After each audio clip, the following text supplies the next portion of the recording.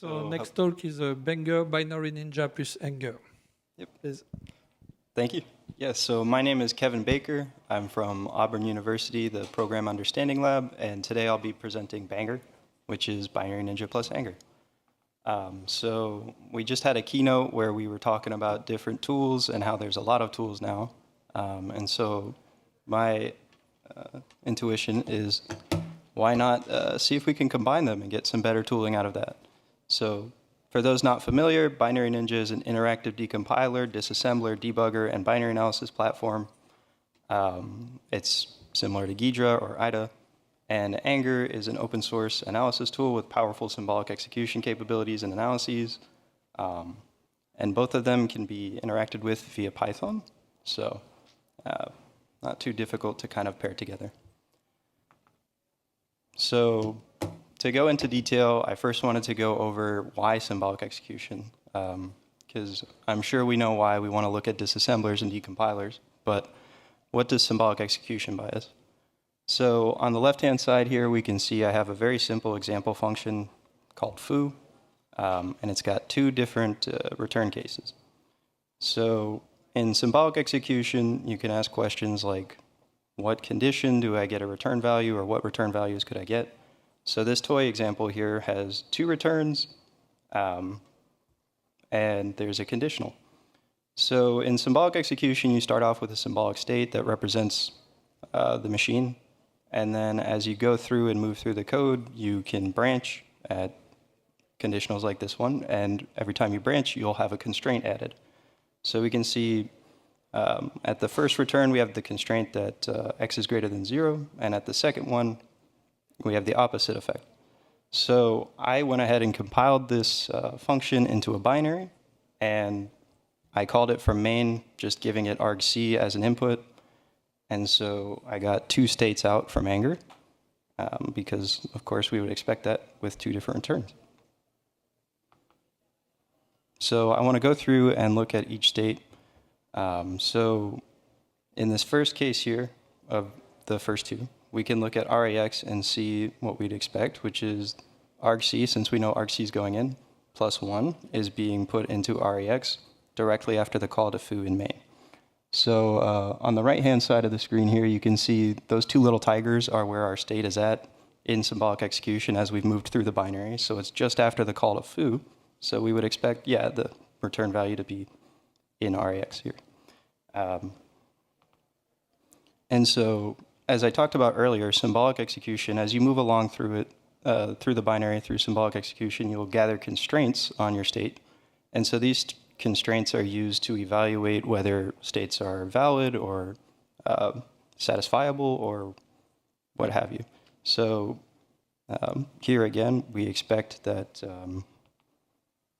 excuse me, yeah, so on the path for returning x plus 1, we can see the constraint was that argc going in is greater than 0.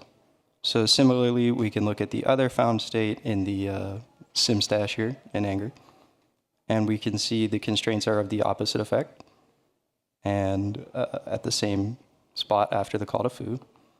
And we also can see the opposite effect in the return, right? So now we see argc minus 1.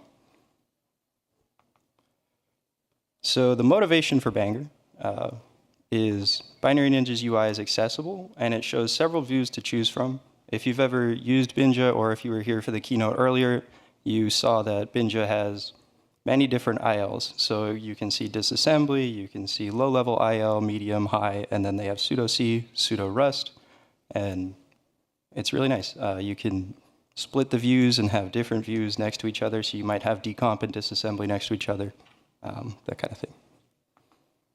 And angr, interestingly, can, of course, answer some questions that Binja sometimes can't, which I'll get into shortly. And you can have direct, easy viewing of the PyVex run by angr. So this was a personal motivator for me as well.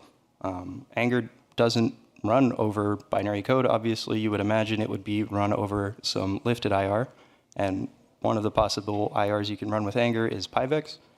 And I figured, why not integrate some way to view that into Binary Ninja as well, since it has all these other lovely views. So I have another example here for us to look at, and this example is going to show us that angr can figure out some values maybe that Binary Ninja can't. So on the left-hand side here, we have 4 just generic functions that we declare at the top of this source code, and then we have a function pointer. And this is where the magic happens, right? So here we have a function called setFP, which sets the value of the function pointer to either of the first 2 functions. Then in main, we just pass it argc, so it's going to set the function pointer to either f1 or f2 based upon whatever argc is. And then just after that, we're going to call this function pointer. So if we go ahead and compile this and open it up in Binary Ninja, we can see that there is a call to RAX, but which would be the call to the function pointer, but Binja is unable to resolve what RAX could possibly be. But since we wrote the source code, we can cheat and kind of look at that and see, okay, we expect it to be either 1 or 2, like function 1 or function 2.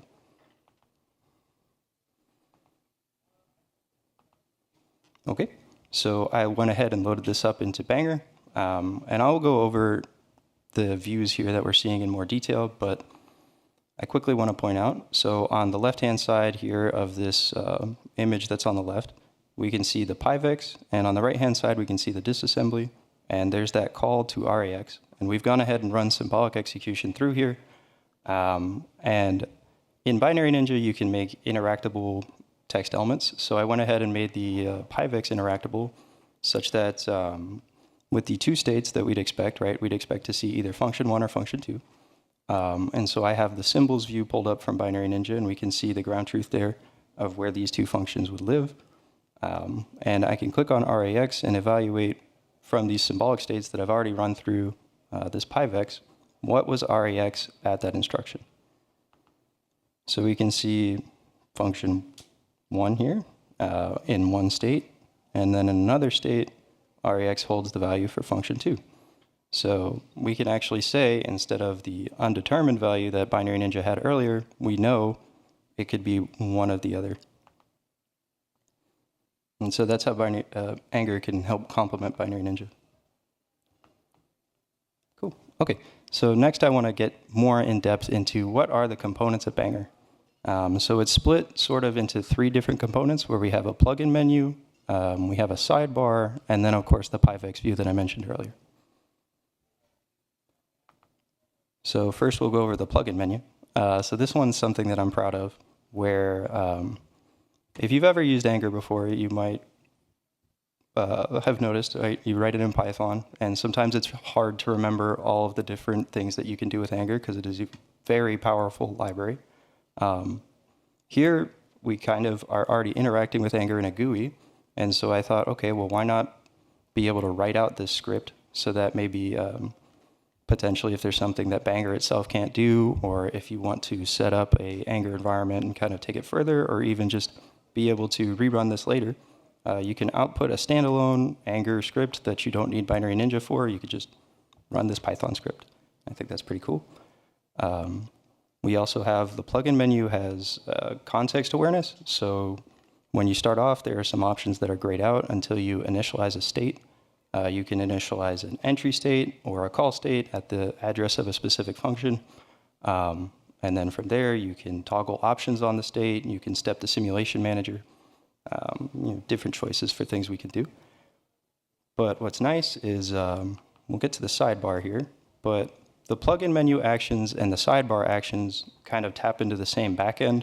So they have the same functionality, which is nice. But the sidebar has different tabs to interact with the states from angr with. So this first tab here lets you look at the stash of different simulation states that angr's moving through, and you can view, okay, so if I'm doing symbolic execution and I'm looking for a specific target, you can find the state that it found, select that. And then from there, you can look at different attributes of the state. So you can see the state's history of each basic block that it's visited, and it's coded through Binja so that you can click on the address of these basic blocks and jump right to it in the Binja UI. we can look at the constraints that are on the state. So you have two options for that. You can see all the constraints that are added, or you can click on the address of a specific basic block. And because angr allows you to track the constraints as they're added, you can actually query, okay, block by block, what constraints were added, like stepping through almost the history of the state. Moving on, we can see the registers view from earlier, so you can see what are the values of the registers in the state right now.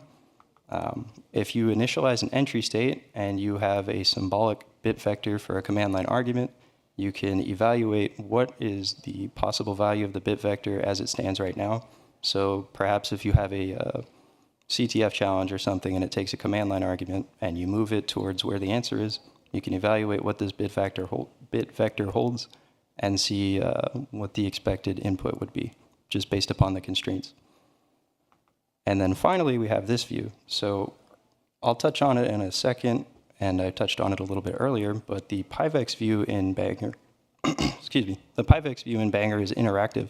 So if you were to click on an area in the PyVex where a symbolic state had already gone through, Bangr will query, okay, in this case, T19, the temporary variable 19 at this basic block, and it'll say, okay, these were the accesses and the reads, and the exact value that it had. So it could be a symbolic value, as is the case here, or it could be like a precise value. And so you can move through symbolic execution and see the history and stuff. So here's the PyVex view, and you can see it side by side with the disassembly.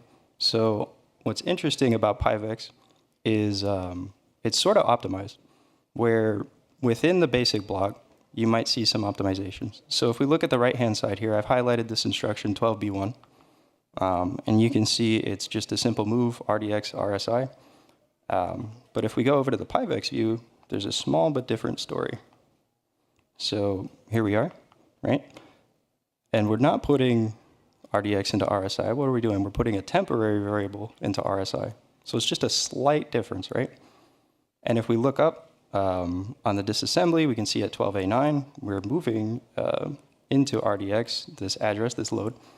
And similarly, in the PyVex view, you can see the temporary variable is being given that same value.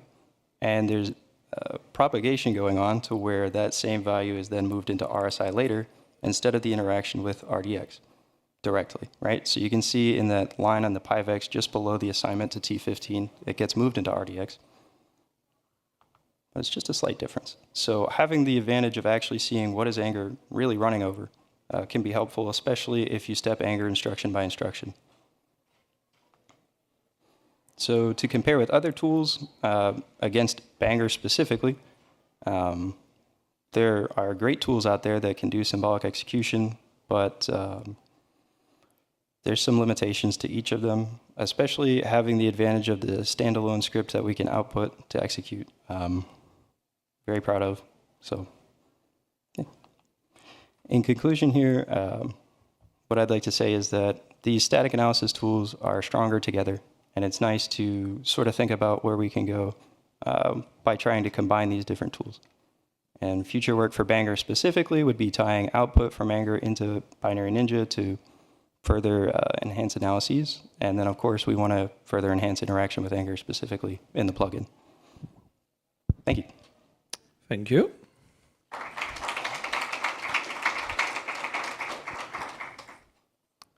Any question?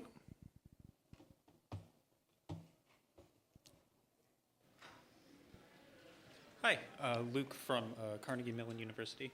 This is really cool work, and I like the fact that there's actually we kind of saw this in the keynote half an hour ago. Yes. That different tools have different strengths, so you're trying to leverage the different strengths of each. Kind of your future work hints at this, but I'll just explicitly ask it. What do you see? Do you see more opportunities for combining different sorts of tools, leveraging the strengths of more types of tools? What's if you were to advise somebody else doing this work, what is the logical next step in capabilities you could get by synchronizing other tools? For sure. So that's a great question. Thank you. What jumps off the dome for me, the first instinct I have is to go back to that example where it's okay, Binary Ninja just says at RAX, undetermined value, right? So I think just being able to kind of, okay, I've been able to simply get this answer from angr. Now I want to plug that into Binary Ninja and actually make it aware. I think trying to think through how we can have these tools actually interact with each other or maybe call out to each other would be a great addition as well. So have some sort of like interoperability standard or something like that? Yes, yes, absolutely, absolutely.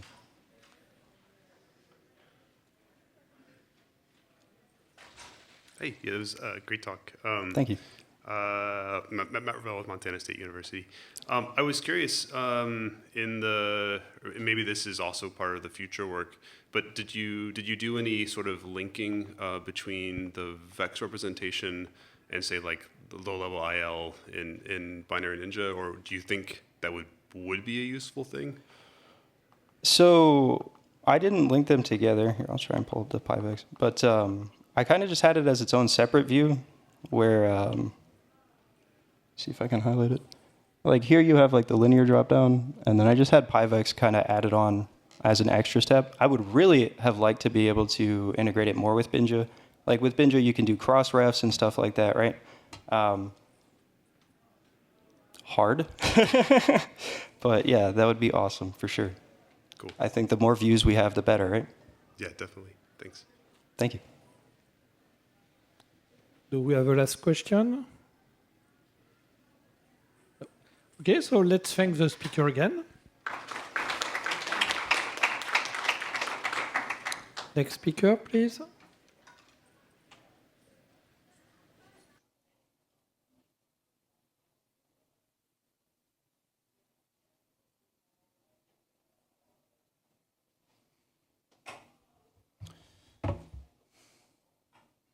So next talk is about automating firmware vulnerability triage via high-level representation and similarity digest.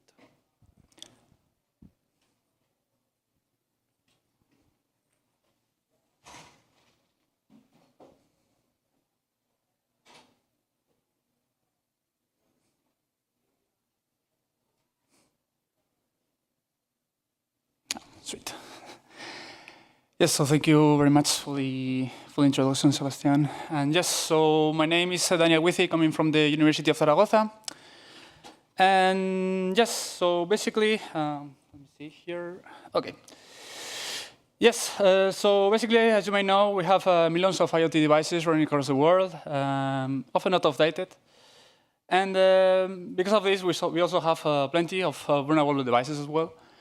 And despite existing patches for this kind of vulnerabilities, often these vendors won't release updates for this kind of to fix this kind of vulnerabilities. So basically, these end-day vulnerabilities often persist. So we actually have like a really big challenge here, which is vulnerable detection at scale. And just basically, this is the problem we are approaching here. So basically, we have a bunch of firmware images. This can be like thousands or even millions of firmware images. For any specific CVE, which one of these firmwares are affected. So yes, so for this purpose, we have developed an approach which actually consists in the usage of a four-step pipeline, which actually uses these three technologies here. The first one, I think it's the most important one, which is apotheosis. Apotheosis is an approximate similarity search system. We also use similarity digest hashes, which are the hashes that can reflect content similarity. And we also have the well-known binaries ninjas, in this case HLIL. I will now explain how all these pieces fit together.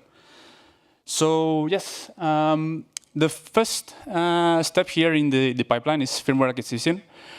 For this work, we decided to focus on OpenVRT. OpenVRT, as you may know, is a Linux-based operating system, mostly used on networking and IoT devices.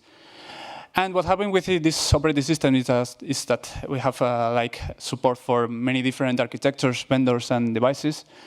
So this is that we have like many fragmentation here, and this is why we think this is an interesting candidate for this kind of work. So basically, in this first step, what we do is download and extract the OpenVRT firmwares, basically, and then extract these firmwares until we reach the root file system for each one of the firmwares. And yes, basically, when we have reached the file system, we focus on those potentially affected binaries. We basically use Binary Ninja to analyze these potentially affected binaries. And what we do basically is use this HLIL as an input for each one of the functions. We will calculate the TLSH hash. You can see here an example. So here we have a function here. And uses this as an input, we calculate the TLSH hash. So at the end, we can generate a JSON report containing basically the list of all of the TLSH. And for each one of the TLSH, we will also attach required metadata, which can be, in this, for example, this can be the binary name, the function name, the OpenVRT, where it belongs, and that kind of stuff. So when we have reached, when we have constructed this JSON report, we can go to the next step, which is in this case in this construction. So as I said before, for this step we decided to use Apotheosis. Apotheosis is an approximate similarity search system. Basically, I would want to explain a little bit how it works. Basically, the magic behind this tool is the usage of two different data structures, efficient data structure. The most important one here is the hierarchical navigable small world. Basically, this is a multi-layer graph-based data structure.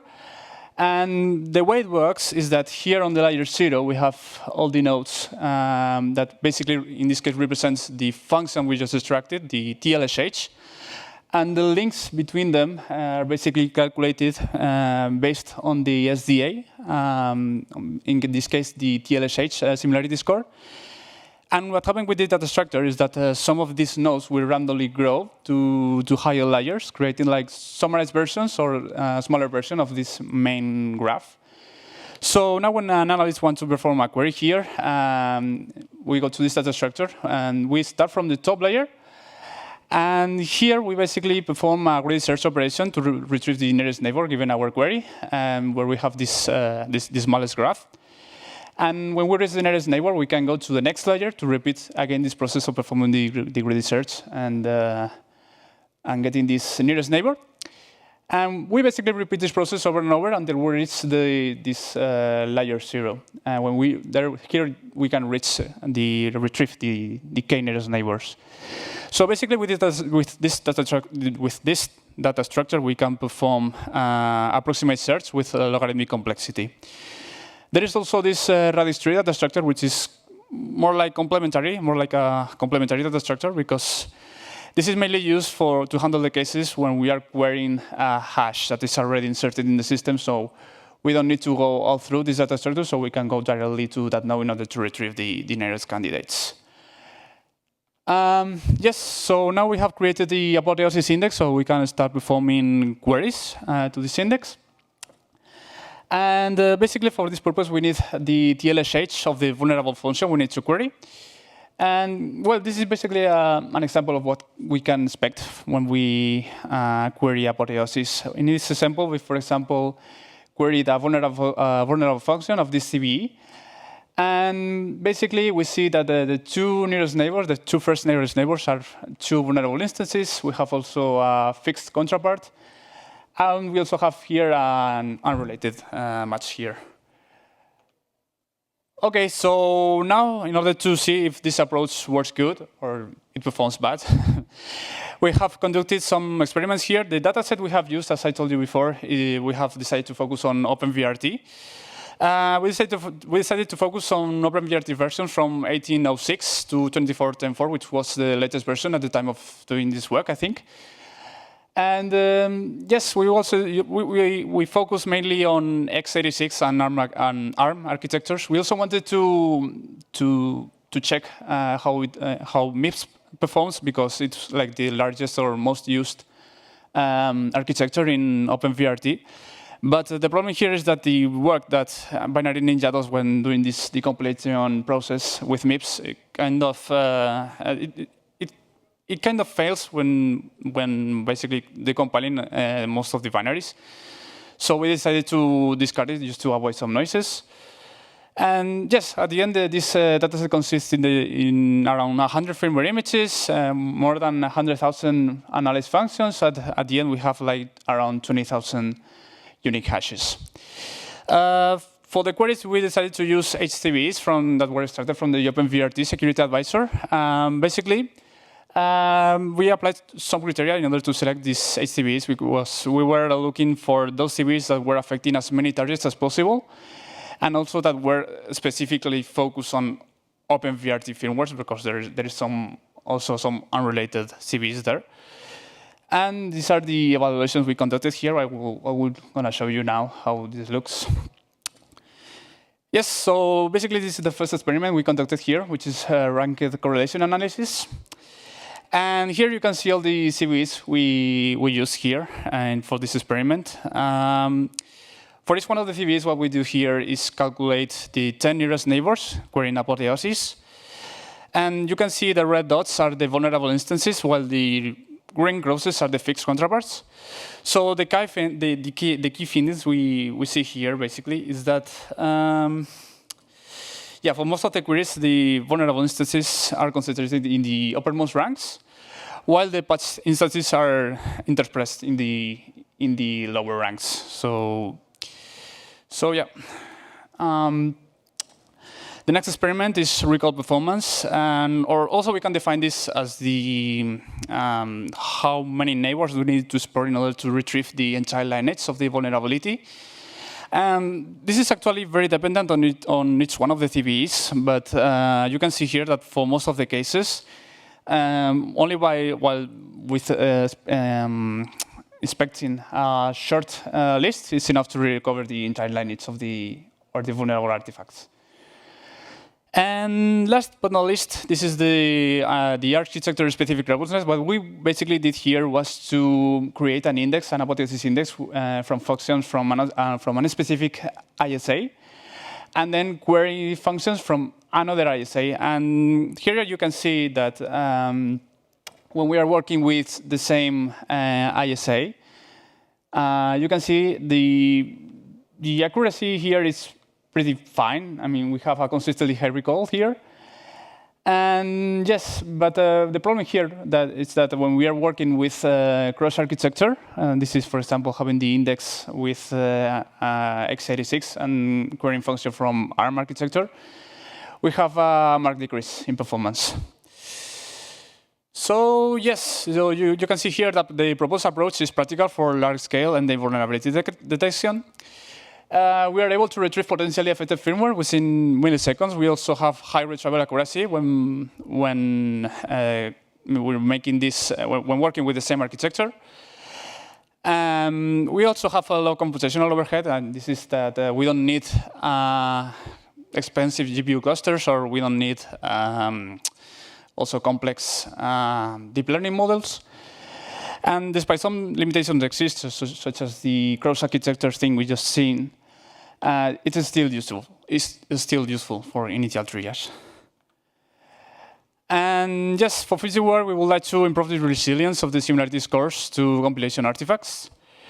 We also like to have a look at the graph-based embedded techniques. We would like to focus on control flow graphs to see if we can somehow approach this cross-architecture problems we have. And we also want to explore some of, not only focus on binaries, but also explore some other kind of artifacts that we can find in OpenVRT, such as Lua or Cellscript, that can be susceptible of being vulnerable as well. And yes, all this the work we have done here, all the firmware corpus, the automated scripts, the diagram truth, and everything, it's all everything publicly available. You can check the QR code in case you want to have a look. And it's also everything available at the Synodal repository. So I think that's everything from my side. So if you have any questions, I will try to answer them. So thank you very much.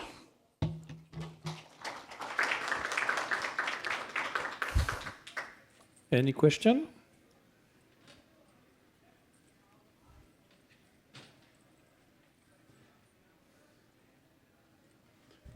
Abel, Clements, Sandia, National Labs.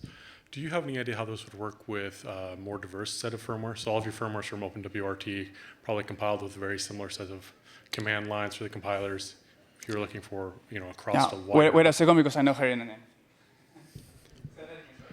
So if you were looking at firmware from lots of different types of devices. Like say you're looking for vulnerabilities in OpenSSL that's compiled on lots of different systems, say same architecture. How well do you think this approach would work? Right now, all of your stuff is from OpenWRT. It's probably compiled with GCC, similar compiler flags, etc. Yeah, I mean, yes. You mean with the, if we are working with different GCC compilation flags, that's the question you're talking about here, or? Partially. If you have different flags, different compilers, how sensitive are you going to be to that? Wait. So basically, basically different compilers, but also different compiler version and compiler flags. Okay, yeah. Yeah, I mean, that's not something we haven't looked into that. If I have to be honest, I don't know what kind of versions and specific GCC versions and flags is OpenWRT using for the firmwares. I think it depends on the version and stuff. But I will say most of the versions that we are working with, the official ones, at least from the same version, talking about the OpenWRT versions, are all using the same compilation flags and GCC version. So in that case, I don't think that's a big problem, I will say. Okay. Thank you. Other question? I have. Oh, you have a question? Go. So yes. take care of the people. You are much taller than the mic, so try to really talk to the mic. Sorry. Simeon Hoffmanns is by maybe in a similar direction. Have you looked at the impact of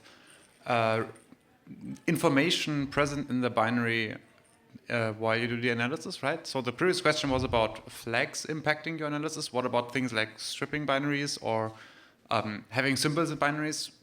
Can you quantify the impact on your analysis? Can you quantify the impact of symbols in your analysis, for example, or other information that you may have? I don't think I have that kind of details. Yeah, I should have a look at the compiled code because I don't remember. I mean, at the end, we have like 20,000 functions, so maybe that could be some kind of relevant with your question. But that's actually, yeah, that's actually the unique hashes. That doesn't say anything to you actually. So yeah, actually I can't say Costin because I don't have the data. So.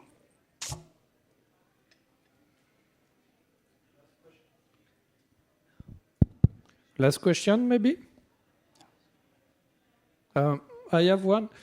So there have been really a lot of work in one-day vulnerability detection with binary similarity, with machine learning, all this stuff during the past 5-6 years, I would say. How do you compare to them? Do you have any point of comparison, point of positioning? What is the question, sorry? There are many. There's been many techniques for one-day vulnerability detection based on machine learning and different sort of similarity detection. How do you compare to all these techniques? Your general positioning. What kind of techniques are you talking about? Deep bin diff or whatever. Yeah, there are very many things about binary similarity.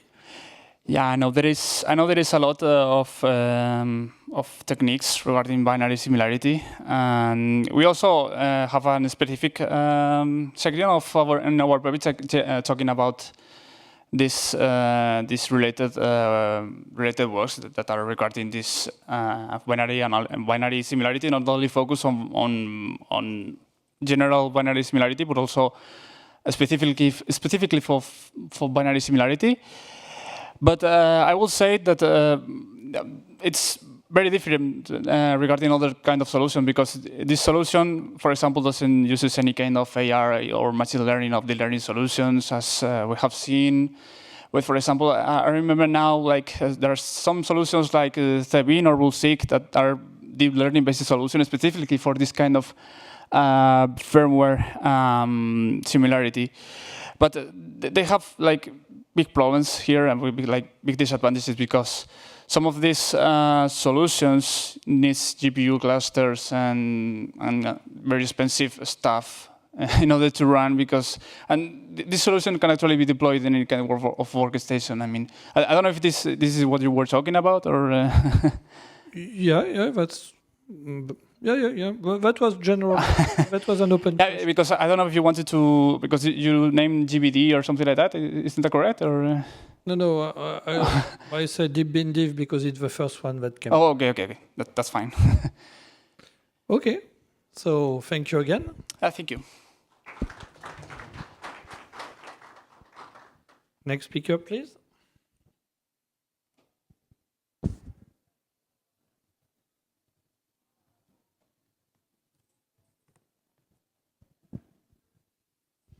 So next talk is RT-Fuzzer, task-driven fuzzing of real-time operating system firmware.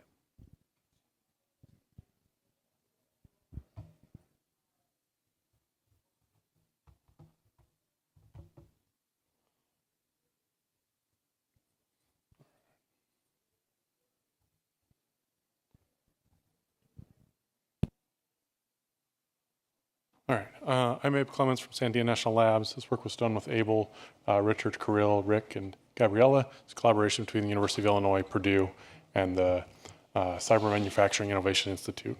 It's called RT-Fuzzer, task-driven fuzzing of real-time operating systems.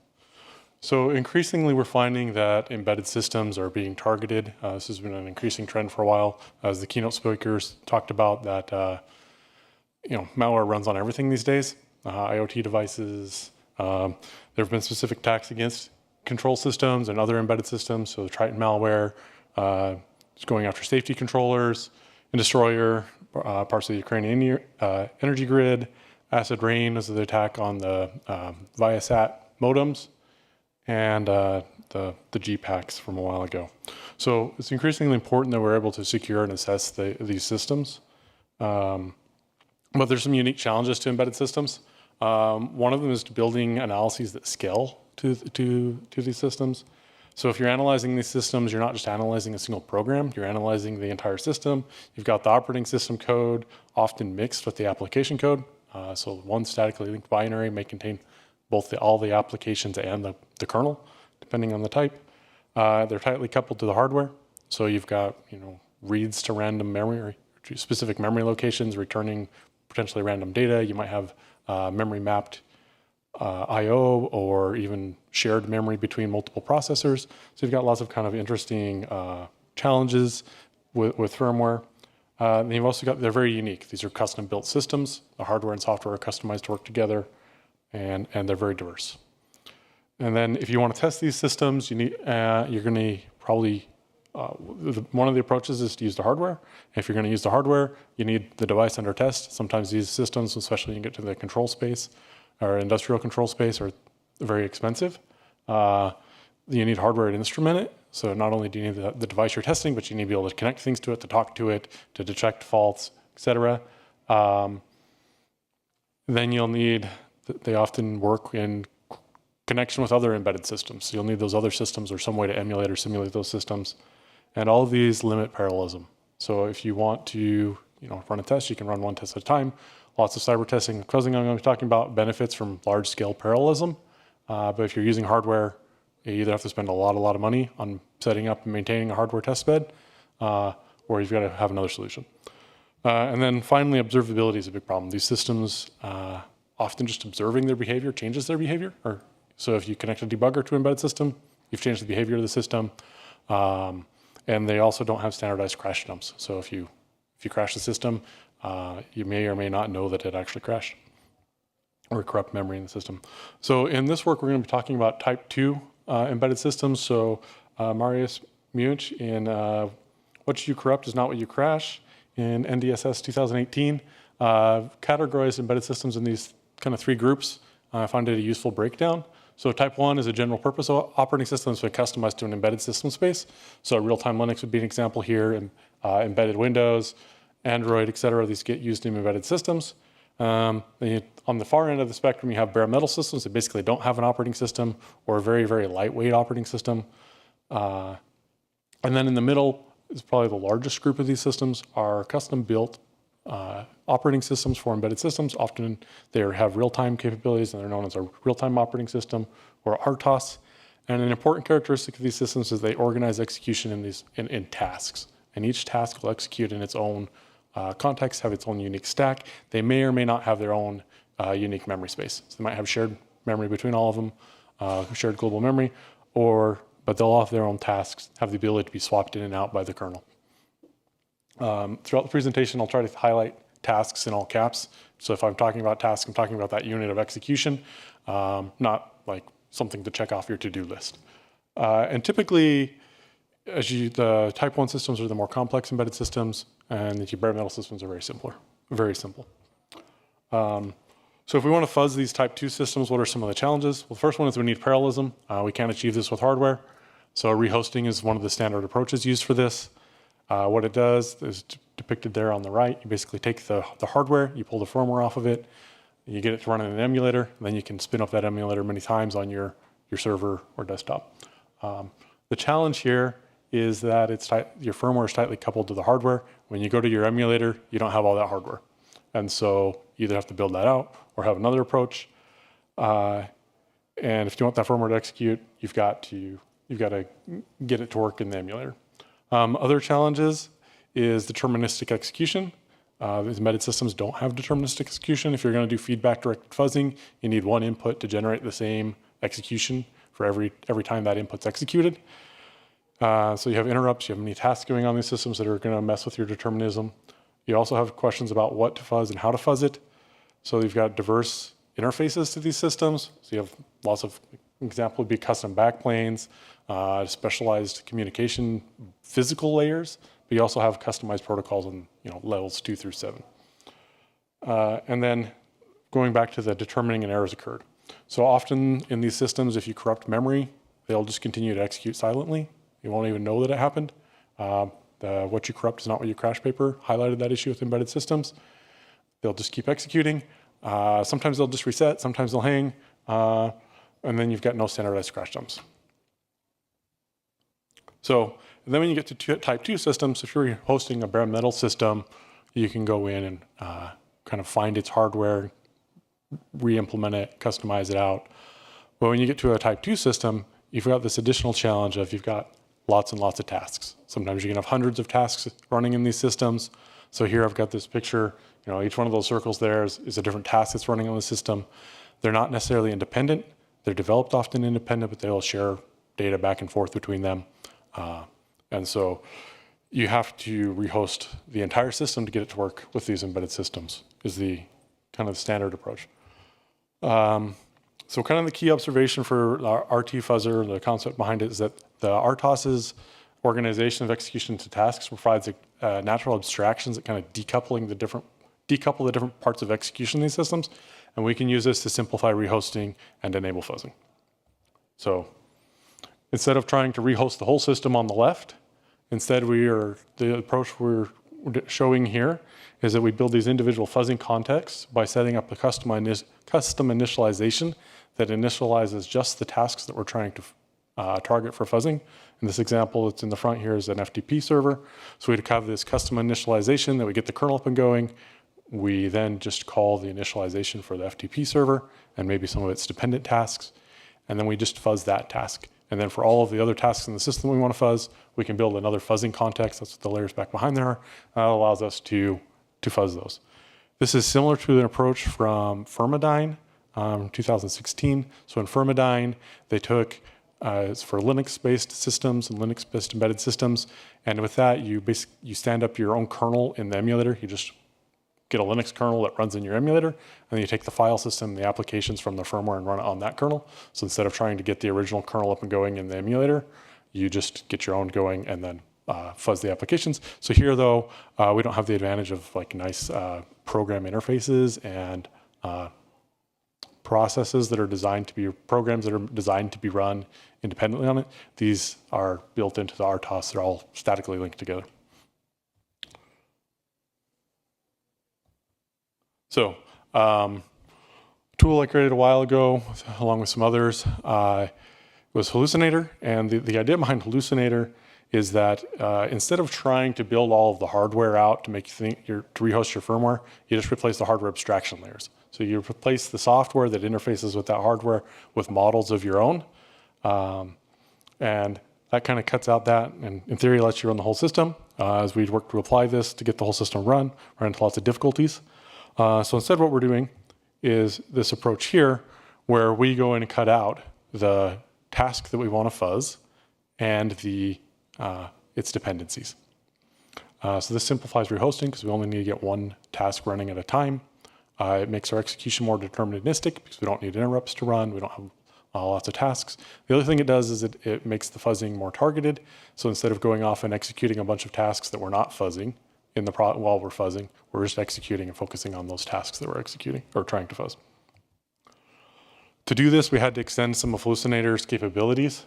Originally, Hallucinator basically worked by using the debugger and Python to instrument the program. And so you would basically say, I want to intercept this place in code. It would intercept that place. You go off, run some Python, fix up the state of the machine, and continue executing. This allows really fast prototyping. It's pretty slow on for the execution. So we extended it with the ability to inject a compiled patch program. So here what we do, showed on the right, is we inject a program that we've compiled. Then we go in and rewrite or overwrite the original firmware, our target firmware, the functions that we want to intercept and replace with jumps into our target firmware. And then when we start execution, we execute our target program first. This lets us set up all of its state. We execute through its main, and then when exit's called, we jump into the entry point of the firmware and begin executing. And when it executes, when it goes to execute those functions, we've overwritten them with jumps, and those jumps jump into our executed, or our patch program that we've put in. The other thing we're able to do is in that patch program, we're able to call functions inside that original firmware. So when we go to use the RT-Fuzzer, this is the process here. The purple boxes are where we're executing code that's originally in the firmware. We may be using Hallucinator with the Python interface to intercept and fix up some things to get through it, or basically just trying to execute that code. The blue boxes are code that we've added and replaced. And then kind of the process, we've got three stages to this process. The first one is interactive initialization, where essentially we are going to just execute the firmware inside of Hallucinator, and it gives us all of its capabilities to work with that. So we'll start with the system initialization. It'll set up and start the kernel. Occasionally here, you'll have to skip over a couple of initialization functions, and then it will start the root task. It'll start its first task. And this task usually goes in and sets up additional hardware, additional libraries, and then we'll launch all the rest of the tasks in the system. So what we do is we just intercept and replace that. We call the libraries that we need to initialize them with settings that will work with the emulator. For example, if we need a file system, instead of setting up a file system that's going to use an external drive or SSD, we'll initialize a RAM disk that just uses RAM. And then at the end of that, we'll call the initialization for the task that we're targeting. In that, we've replaced the socket API with one that'll work with our fuzzer. The initialization server task, usually you'll have a server task that's listening for connections, and then it'll spawn off a worker to handle all of the inputs once the connection is established. So that server task will execute to the point where it creates that worker, and then we will execute the worker. When the worker goes to receive network data, we've intercepted the socket API. We stop execution, we take a snapshot of the whole state of the system, all of its memory. Importantly, in that is our patch program, and all of its register state. We take that into the fuzzing loop, which is built off libaflqmu. We restore that snapshot. It'll then the fuzzer will write in the data from the fuzzer for the return value for the read. The parser then executes its original code that's going to execute, parse that, and then if we ever try to exit the task or reschedule, we'll stop execution and mark that we're done with that input, go on to the next one. If we hit an objective, then we take that objective out into phase 3 where we triage it. We go back into Hallucinator, load the snapshot, load the input that caused the crash, and then we interactively debug to understand what the issue is. So in a little more detail, this is kind of what that process looks like. In the paper, we talk about some of the functions that we've replaced and their implementations. So to begin, you start there at the system initialization. Let me explain this diagram actually a little bit more. So in the purple area, the big purple area to your left, you've got the emulator execution. So this is executing inside of QEMU. It's emulated instructions. And then we also have the Python environment from Hallucinator inside that dash box. So as we're executing, we'll start at the system initialization. We may need to intercept and fix up some things to get through its execution. We can use the Python interface for this. Then when we get to that root task, we've replaced it with our own. We execute that blue root task here. It will call back into the original firmware as needed to initialize libraries and other routines that we need. It installs our socket driver. It replaces the original socket driver, and then calls, in this case, FTPD init. FTPD init will then execute. Its socket's been replaced, so when socket's called, what happens is our socket function gets called. It remaps the call into socket to use our driver. We return, then we call. Basically, we give it a new path saying, "Hey, use this special socket driver," and it calls open in the original firmware, which gives us a file descriptor that's associated with our driver. Then FTP init will continue. It'll execute into the server. And to do this, like when accept is called or it's looking for a connection, we make those fall through and say there's always, data is always available, basically, and force it down the execution path to where data is available. Then when it calls read, receive, or receive from, internally the operating system maps that to the OS read, which will look up the file descriptor, see that it's our driver. It'll call our driver in the blue, the HAL socket read here. A HAL socket read calls a magic function called get fuzz data. And at this point, we take the snapshot using the Python interface. And then the fuzzer is set up so that when you call that get fuzz data, it knows how to return the data it returns the fuzzing data in there. So again, we'll load that snapshot. We also export a configuration saying basically where to inject the fuzz, what address, when it executes to inject the fuzz, if there are specific addresses that get hit that indicate there's a crash, so maybe there's a crash handling routine or exception vectors for the processor. When those get hit, those will indicate there's a crash. Also export addresses that indicate that you're done. So in this case, reschedule, or if there's maybe some part of the hardware that we haven't got running, instead of running forever on that, you can just say you're done, move on to the next one. And then when it calls get fuzz data, we're able to return the data.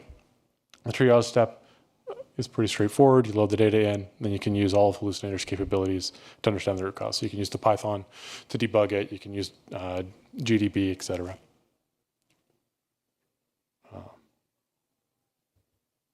So some of the results, we were able to fuzz this Modicon 340. We fuzzed the FTP server, SNMP, and Modbus servers on this.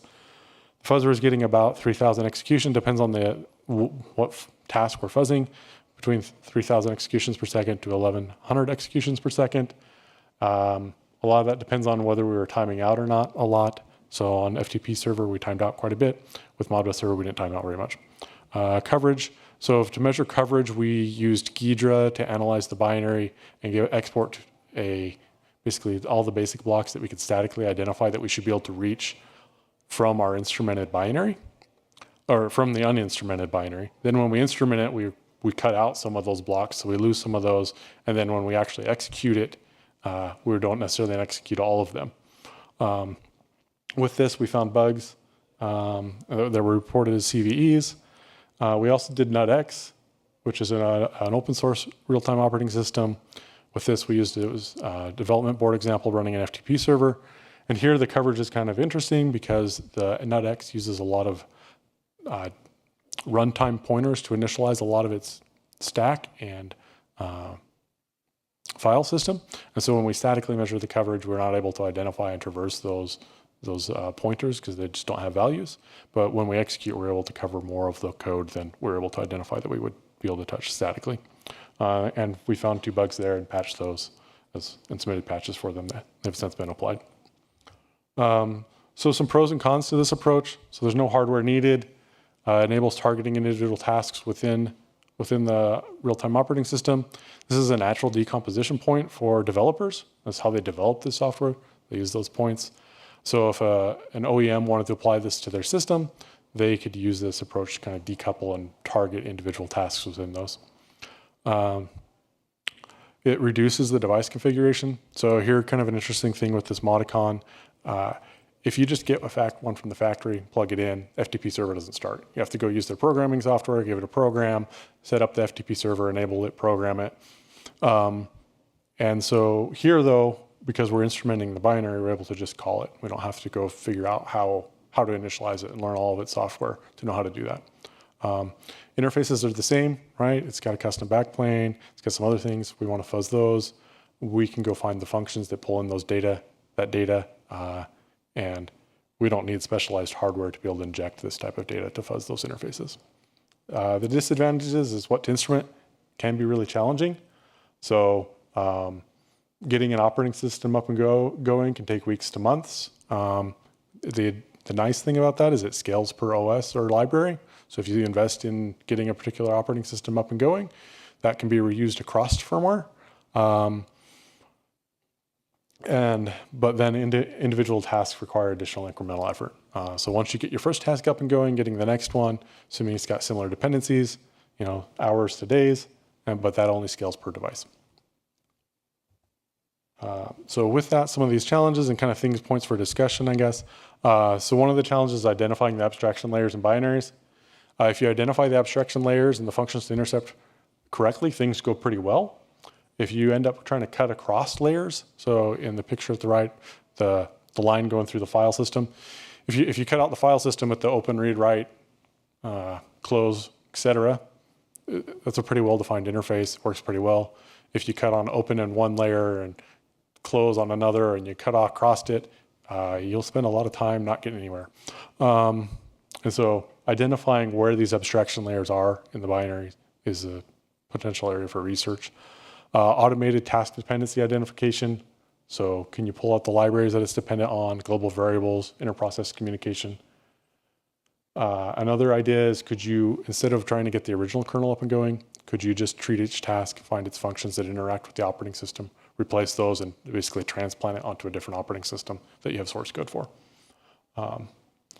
So the other thing here, we had, when we did NUTX, we had symbols because we compiled the binary ourselves. The modicon for firmware has partial symbols embedded in its firmware. So we're able to kind of bypass the knowing the names of functions. But resymbolizing binaries is an active area of research. There's definitely approaches to this that I'd say continually erode the difficulty of this problem. Another area of potential research would be agentic workflows. Could you set up LLMs, et cetera, to try to automate parts of the process of rehosting firmware and modifying and trying again, et cetera. And then one of the final challenges is just kind of an engineering challenge, is that the tools that we use, Hallucinator in this case, doesn't have any awareness of operating systems. So you get a straight execution trace of what happened, but you have no idea what task is running what chunk of code. And often we'd find that when something failed, 2 million instructions into execution is because something in the first 100,000 instructions, some task failed to initialize some library. And so being able to identify that, previous task died instead of it finished correctly would significantly speed up this process. So the code for Hallucinator and our extensions there are available on GitHub. And we're working on the review process to release the fuzzer as well.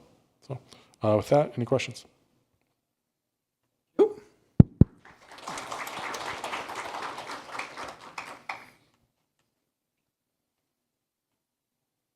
So any question? Simeon Hoffman, CISPA, thank you for a nice talk. A traditional problem that you also have in embedded systems fuzzing is time and time passing, right? So if you have a delay, for example, this is often handled via a timer or systicks, which are kind of hard to emulate.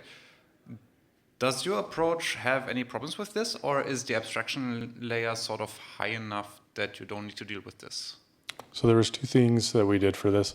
Sometimes you can just, basically when it calls wait or the equivalent, you just re-implement wait as continue, don't do anything.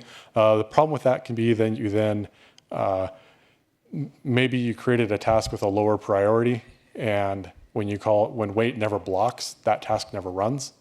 And so the other thing that we've done is using the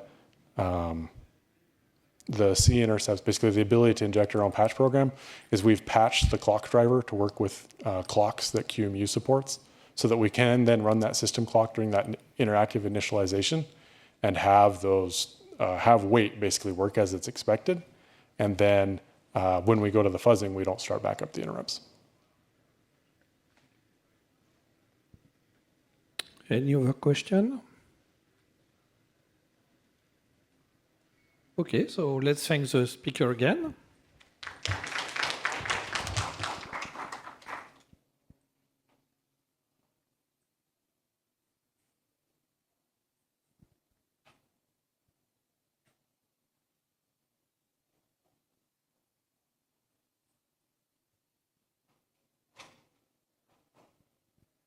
So next talk is towards LLM-resistant software protection, agent failure pattern in CTF reverse engineering.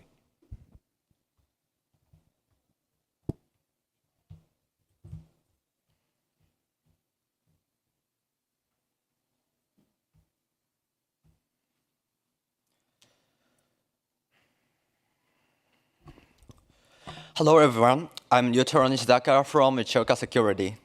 Today I'll be presenting our work towards LLM-resistant software protection, agent failure patterns in CTF reverse engineering. Let me start with the motivation behind this work.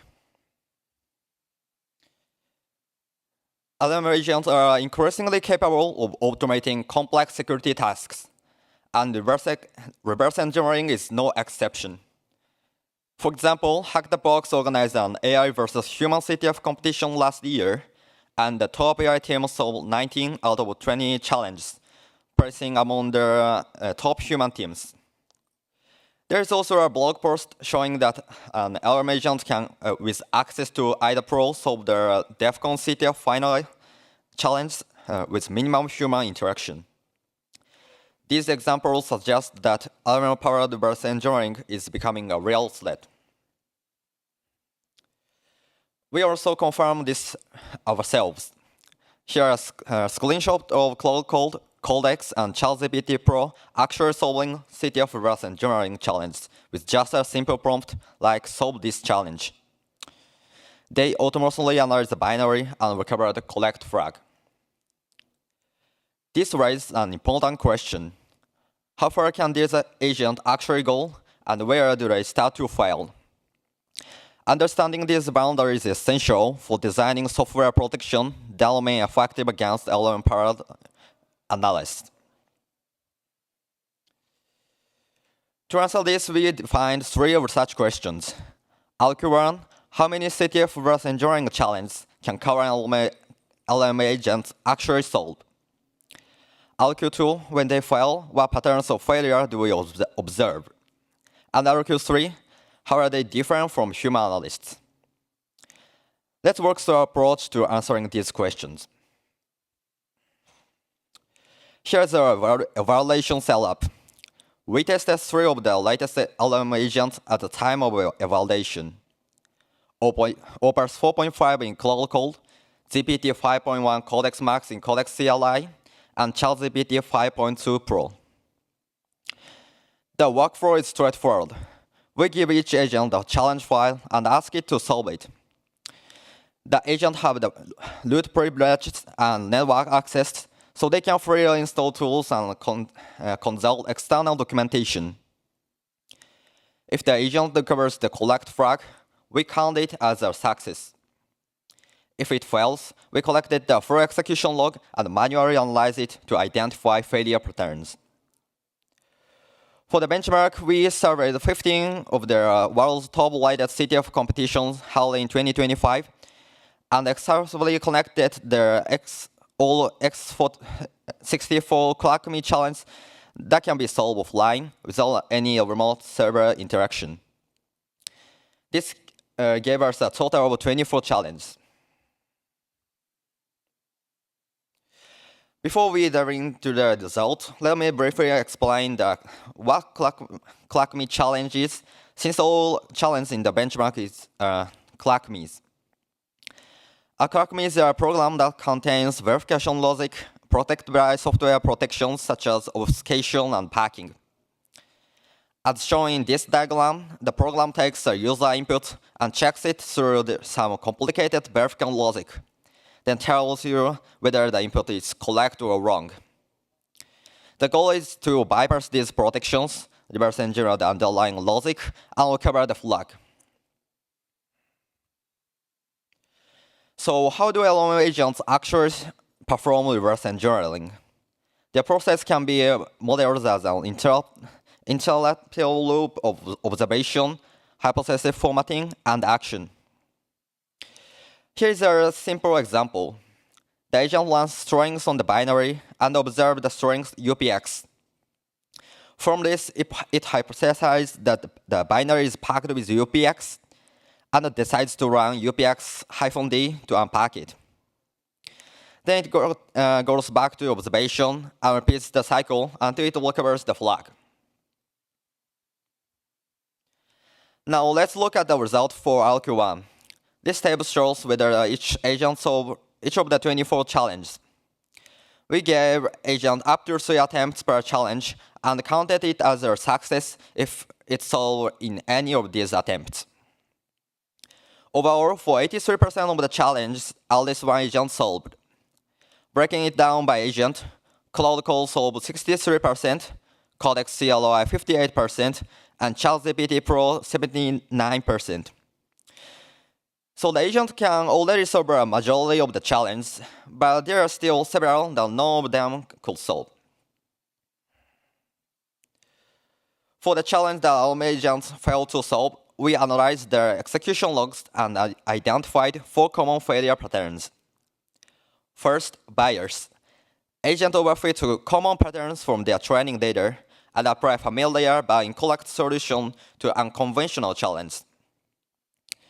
Second, overtrust. Agent accept 2 outputs as a ground truth, even though these outputs may be incomplete or misleading. Third, context limitation.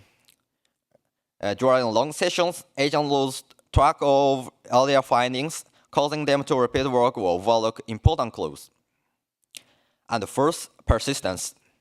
Once agents commit to a wrong strategy, they keep pressing it instead of switching a different approach. In practice, these patterns often interact with each other. Let me show you some concrete examples. Here is case 1, which involves training bias and context limitation. When the call is too complex, instead of trying to understand it, agents give up on analysis and fall back on standard tools like angr or ZDB. They then spend a long time trying to make these tools work, writing and debugging scripts repeatedly, but their standard approach often fails on protected binaries. Even when it would be obvious to human that debugging with ZDB or symbolic execution with angr will not work for a given binary, agents still spend a significant amount of time on those approaches because they are generally effective techniques. This wastes valuable context window tokens, and as a result, agents lose important insight gaining earlier steps of the analysis.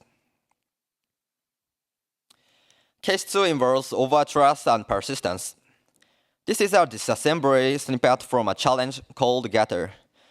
The agent finds the string expand 32-byte k, which is a well-known constant used in cryptographic algorithms like Churcher.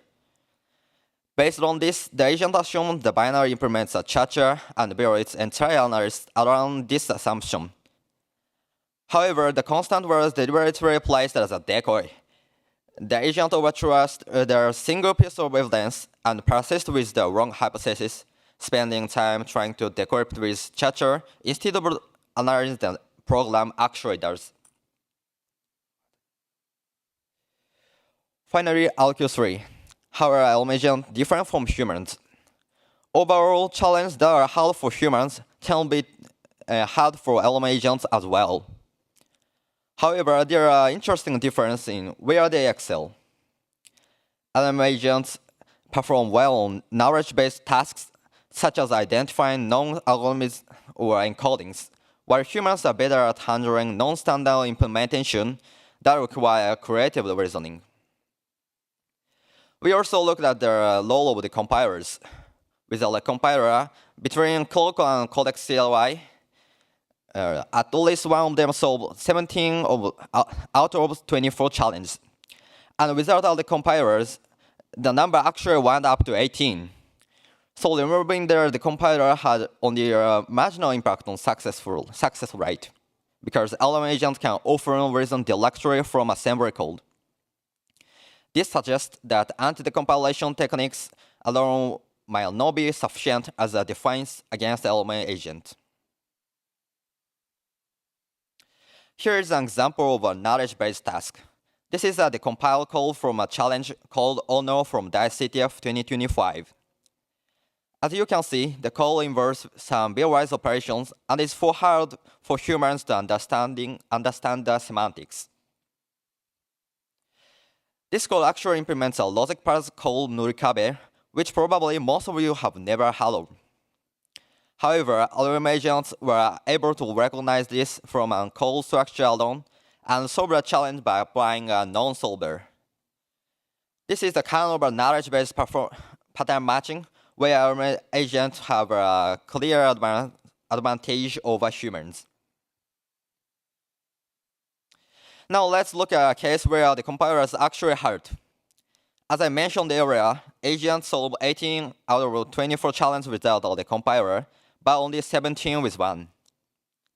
In fact, there are 3 challenges where agents fail, especially because they use the compiler. This is an example from Execute, a CyberSecurity challenge.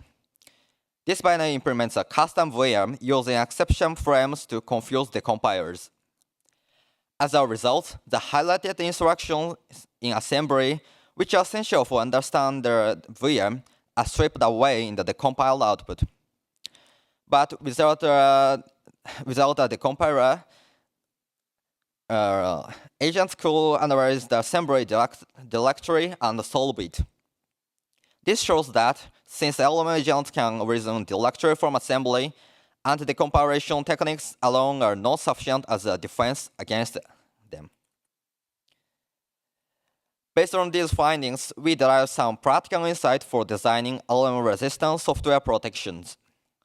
First, some of the existing software protection techniques are efficient against LM agent.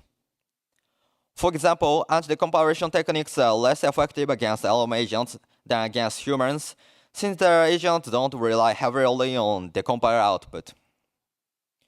Also, some layout protections, such as multi-stage packers, are efficient against the agent, because they can patiently work through them without getting tired.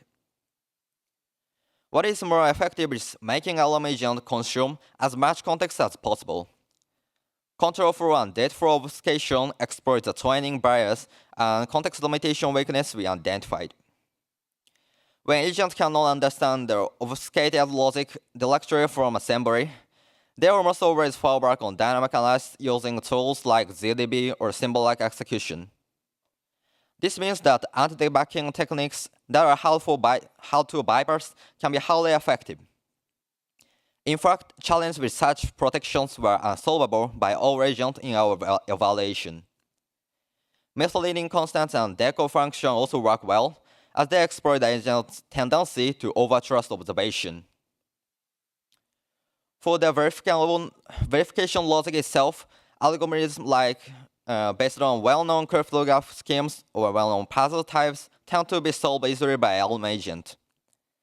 Instead, using non-standard or obscure combination problems, cryptanalysis, or image processing, where agents cannot simply apply a non-solver, provides a stronger defense. That said, all of the defenses are likely to become less effective as LM and agent framework improve over time. Much like the anti-cheat domain, we expect this to become an ongoing arms race between protectors and automated analysis. To summarize, we evaluated 3 LM agents on 24 CTF reverse engineering challenges and found that 88% were solved by at least one agent.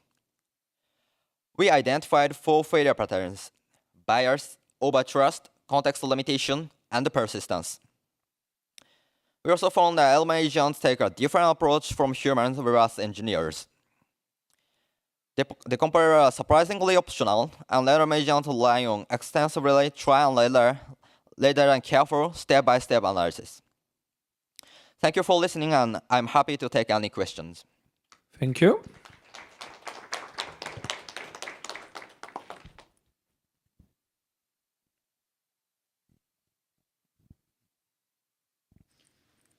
Hi, really cool work. Luke from Carnegie Mellon University. So I kind of have two questions. The first, so one of your conclusions on the slide is that decompilers are surprisingly optional, and you actually found some cases where decompilers hurt. Did you find any case where decompilers helped, or was it always better for them for the LLMs to work in assembly? Well, on the 3 chains, after we removed the compilers from the server environment, we found that three challenges that were unable to solve in the environment with the compiler can be solved. So it became solvable in the environment without the compilers, and only one challenge cannot become unsolvable in the environment without the compilers. So we cannot say that removing the compilers make it better always, but it seems that it usually be good to have a better performance without the compilers. Cool. The second question is, did you look at the impact of languages other than C? So, like, I know reverse engineers who complain about Go because the way the Go compiler organizes the binary is a huge pain. We actually saw that in the keynote earlier today. So did you see problems with other languages, or did you just look at C and not actually look at other languages? Yeah, we haven't tried, so yeah, I think we have to do in the future. Fair enough. Yeah, makes sense. Thanks. Thank you. Hi, I am Junior Park from KAIST. I wonder which methods would exist that can help overcome the limitations of LLMs in solving the challenges. Could you say that again? So I wonder, so have you ever thought of any methods that can help current LLMs to solve the challenges that current LLMs cannot solve? Sorry, could you say it again? So I wonder if any methods exist that can improve the agents in solving the challenges. We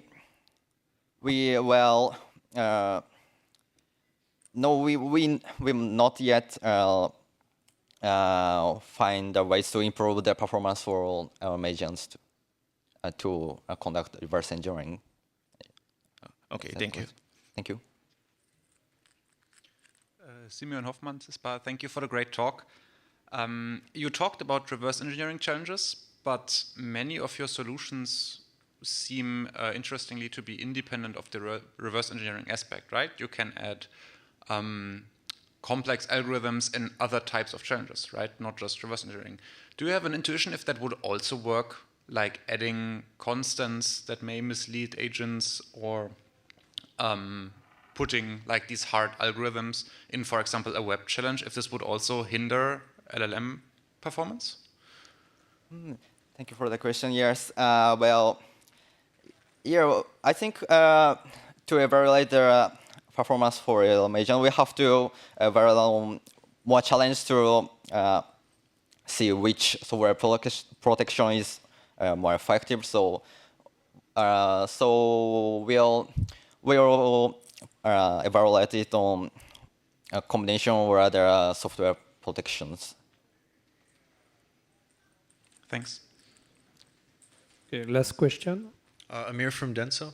Thank you for the presentation. Did you get a chance to characterize any differences related to model sizes, quantization, or temperature, and the impact it has on the speed that it can solve? Sorry, could you say that in Were you able to characterize any differences related to the choice of model? So you mentioned which coding agents that you used, but for example, model sizes, temperature, and how this could play a role in the performance that you observe. Thank you for the question. Well, there is no quite big differences between LM agents.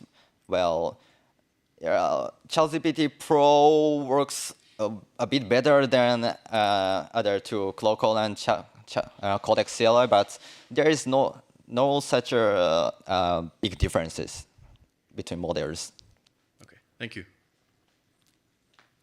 Okay, thanks for the talk, and let's thank the speaker again.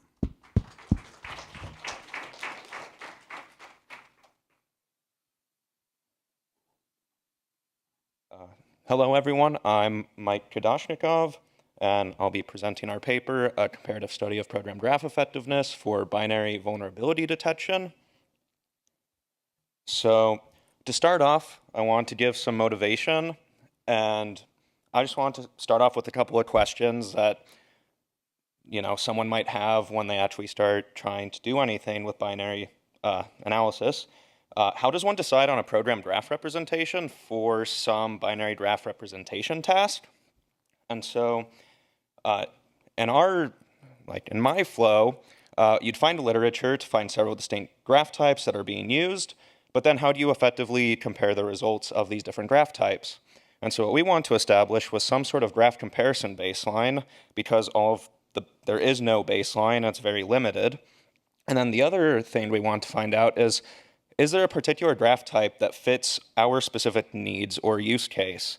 And is there a specific graph type that's been shown to be more effective at representing a label than other representations? So next we want to move on to why choosing binary analysis. So for the first point, it's what you see is not what you execute.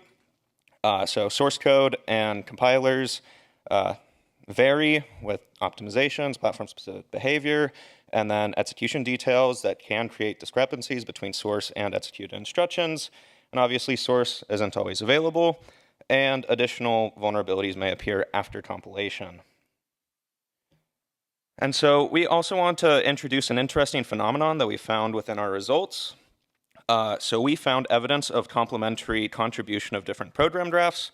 So the addition of specific graph information influences the graph's performance, and then different edge types perform well for particular vulnerability classes. So for integer overflow, the abstract syntax tree and data dependence graph worked fairly well, and for improper input validation, the control flow graph did very well.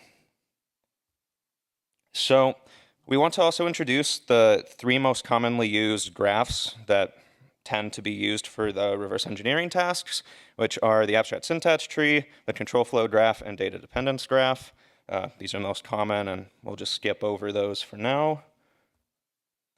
And so we want to introduce a code example. On the left, we have our example C code, and on the right, we have our binary ninja HLIL with the basic block representation. And so we will continue to use this example for our graph representations. And so in order for us to actually use this in our classification task, we need to abstract away semantic information. And so the architecture-specific information gets abstracted away, so variable initializations turn into the HLIL variable declarations, and then specific calls get abstracted to HLIL call with all of the respective subcomponents getting abstracted away. In addition to that, variables, constants, pointers all turn into their respective HLIL representations. For the control flow graph, we use the same exact nodes as the previous representation for the AST, and this will be the same for the data dependence graph. But we want to clarify that we only have 5 edge types for these graphs. We have the function start, the epsilon edges, which is supposed to be the flow between statements within a basic block. The true, false, and unconditional branches are the branches between basic blocks, with unconditional being any fall-through edge between these basic blocks. And lastly, the data dependence graph. Similarly to the control flow in AST, they have the exact same nodes, but they only differ in their edges. We have the has-dependent edge. And for each subsequent graph that is merged, we have the union of all the edges between them. So any reference we make to like AST CFG, we have the union between the AST and CFG. AST DDG is the union of AST and DDG, and so on.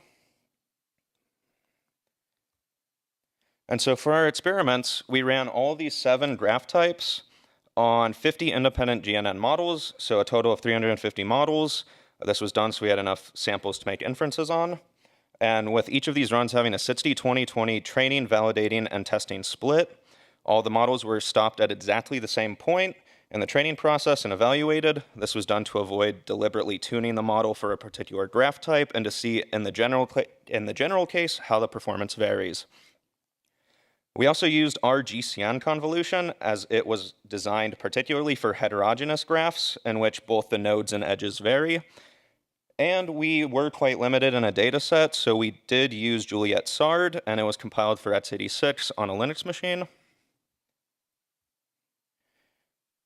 So going on to SARD for the limitations, it is quite a common data set, but though unfortunately it does have the limitations such as being synthetic and not being fully representative of real-world examples, but also being generated based on patterns, which does result in some of the examples deviating minimally from each other by their structure, and as well as having a label imbalance where classes have a different number of examples to train, validate, and test on.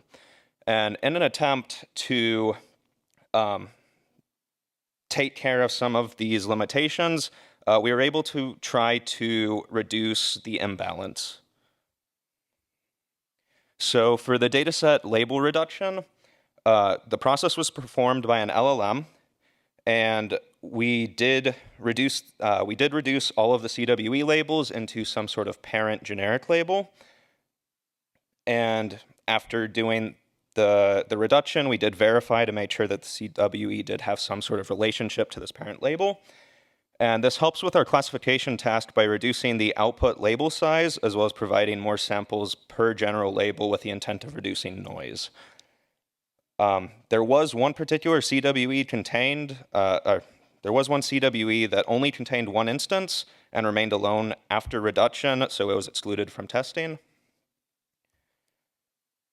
So here we have the results. We want to point out that the top performing score is bolded and the second best performing score is underlined. I know it's hard to see, but we have a zoomed in example after this. The results ended up indicating that merged graphs that contain meaningful program relationships generally performed better than their individual counterparts. And to note, the data dependence graph was the worst performing graph. This may be due to the nature of this particular graph's edges rely on the AST and CFG, but primarily involving the AST subcomponents for their relationships. But in general, the combination of all 3 graphs tended to perform the best, with AST CFG performing similarly. And zooming in, we can see, we can take a look at some of the examples with this interesting phenomenon that we had. So for improper input validation, the CFG and AST DDG performed the second best, with the full combination graph performing the best. But in this particular example, combining CFG with the AST and DDG information, or CFG and AST information, increased the performance of that specific classification task. And so we want to circle back to this interesting phenomenon that we do have evidence of complementary contributions of graphs. So for improper input validation, CFG alone had the second highest F1 score. The AST edges provided additional useful information, as the AST CFG had the highest average F1 score. Arithmetic error, for every merged graph, it outperformed every individual subgraph. And additional graph information does increase performance for that particular label. For integer overflow, AST DDG had the second highest F1 score, with the AST CFG and the AST CFG DDG performing the same with the highest F1 score. And so how do we actually measure the results of this experiment? Well, we can't just say the data is enough. We need to actually validate the results so that we can reject the null hypothesis that all graph representations yield equivalent performance. So we want to test whether the type of graph representation influences model performance across these vulnerability labels. And so the question we came across is, does changing the graph representation significantly change F1 scores across these vulnerability labels? So our graph type was our independent variable in the experiment, with the F1 being our expected outcome. This allows us to use an ANOVA to be the appropriate choice for determining the statistical significance. This also allows us to test for the main effect of graph types, the main effect of the vulnerability label, and the interactions between the two. And so we can, using the sum of squares, we can show that graph type and vulnerability label account for roughly 87% of our variance, which is above our threshold of roughly 65%, so we can proceed further with a further analysis. And so we moved on to doing a Tukey adjusted pairwise contrast. And so we have the main effect for each label, but we want to actually do a test comparison between each of the graph types against each other. And so from the Tukey adjusted contrast, we can see the majority of program graphs have a statistically significant difference in performance among other graph types. Other adjustments were tested, but deviated minimally from the Tukey adjusted contrast, but they would be left out. And here we can see that even though in our performance, AST-CFG and AST-CFG-DDG were the two best performing graphs, compared against each other, they did not have a statistically significant difference, and the performance remained relatively similar. But what is interesting is to find examples such as the AST and AST-CFG, as well as the CFG and AST-CFG, wherein the results adding CFG information to the AST increased performance significantly across all labels compared to the AST and CFG alone. And so, in conclusion, we did find that program graph choice is a statistically significant factor in program classification tasks, with a calculated 65.5% of the variance being explained by just the graph type, with 21.9% of variance explained by the vulnerability label, and only 12.6% coming from residual error. Additionally, this baseline comparison is conducted so that we can further extend this to include specialty graphs, other data sets, or other intermediate representations as potential future works. And with the remaining time, hopefully we can take a couple of questions. Thank you.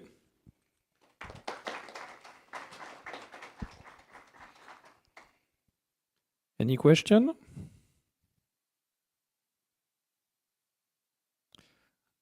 So I really like the research question you are trying to address here.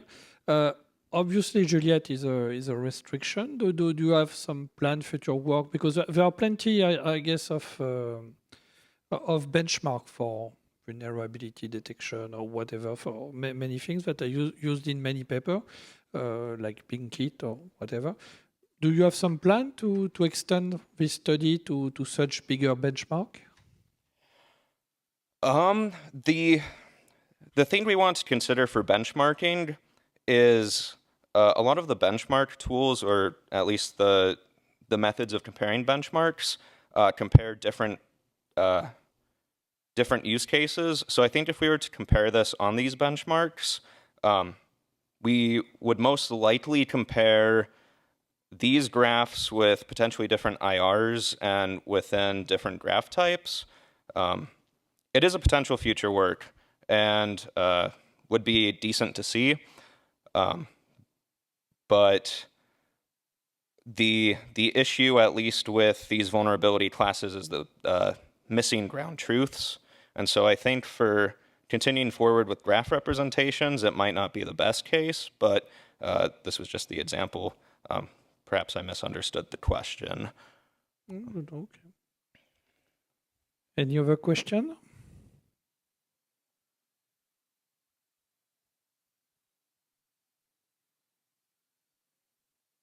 Okay, so let us thank the speaker.